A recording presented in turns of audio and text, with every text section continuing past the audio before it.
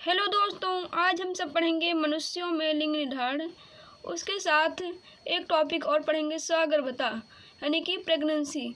आप लोग वीडियो को बिल्कुल भी स्किप मत कीजिएगा, क्योंकि बहुत ही आसान तरीके से आप लोग को नोट्स बनाना बताया जाएगा। बिल्कुल भी लर्न करने की ज़रूरत ही नहीं पड़ेगी, केवल 2-4 पॉइंट देख लेंगे और आप नोट्स खुद से बना सकते हैं और एग्ज़ाम में भी लिख सकते हैं। चलिए अब स्टार्ट करते हैं। लिंग निर्धारण को सेक्स डिटर्मिनेशन कहते हैं। मनुष्य में 23 जोड़ा गुणसूत्र यानी कि कुल 46 गुणसूत्र पाए जाते हैं, लेकिन मटर में 7 जोड़ा गुणसूत्र यानी कि 14 गुणसूत्र पाए जाते हैं। हमको मनुष्य में पढ़ना है तो हम मनुष्य में देखेंगे। तो मनुष्य में 23 जोड़ा गुणसूत्र यानी 46 गुणसूत्र पाए जाते हैं।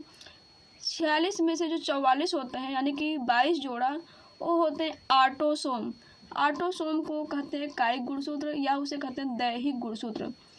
दैहिक गुणसूत्र का मतलब होता है कि यह गुणसूत्र जो है बच्चे का यानी जो बेबी होते हैं उनके शरीर के निर्माण में हेल्प करते हैं। लेकिन जो 2 लिंग गुणसूत्र होते हैं या सेक्स क्रोमोसोम, वो लिंग का निर्धारण करते हैं कि ये लड़का होगा कि लड़की होगी।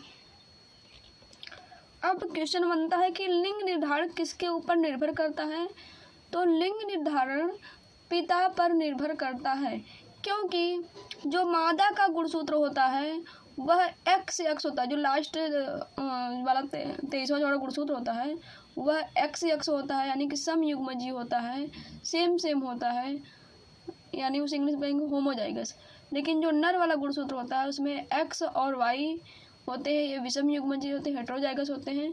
तो यही लिंग निर्धारण में हेल्प करता है। लेकिन हमारे यहाँ महिलाओं को लोग प्रताड़ित करते हैं कि महिलाओं के ऊपर ही दोष है कि केवल लड़की हो रही है या केवल लड़का हो रहा है, लेकिन ऐसा नहीं है।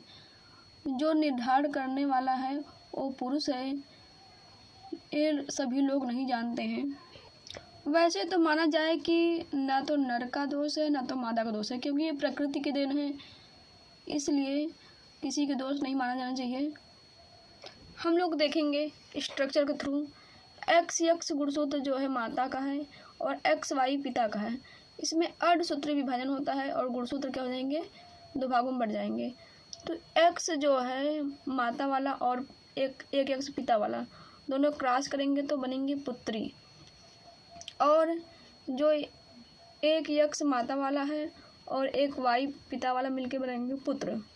यहाँ पे एक X माता वाला एक X पिता वाला मिला के पुत्री बनाएंगे और एक X माता वाला और एक Y पिता वाला मिलके पुत्र बनाएंगे।